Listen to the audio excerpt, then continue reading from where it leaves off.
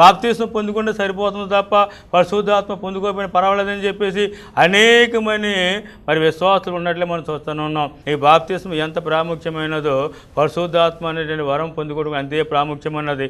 కాబట్టి పరిశుద్ధాత్మను పొందుకోవాలని ఖచ్చితంగా బైబిల్ తెలియపడుతున్నది. పరిశుద్ధాత్మతో నింపబడి ఉంటేనే పాపంలో ఒప్పుకొని విడిచిపెట్టుకుంటావు, అప్పుడు మాత్రమే దేవుని యొక్క రాజ్యానికి నువ్వు వారసులు అవుతావు. మరి పరిశుద్ధాత్మను పొందుకోవడం ఎలా? బాప్తిస్మం తీసుకున్నారు చాలామంది కూడా, కానీ బాప్తిస్మం తీసుకున్నటువంటి వారు మరి పరిశుద్ధాత్మ అనుభవం లేని వారు చూస్తూనే ఉన్నాం. పరిశుద్ధాత్మ పొందుకోవాలంటే ఎలాగా?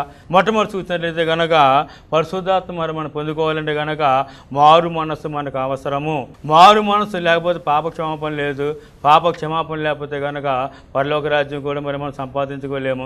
అపోస్తుల కార్యములు 2వ అధ్యాయము 38వ వచనం మరి మనం చదువుకుందాం. పేతురు, మీరు మారు మనసు పొంది పాప క్షమాపణ నిమిత్త ప్రతివాడు యేసుక్రీస్తు నామమున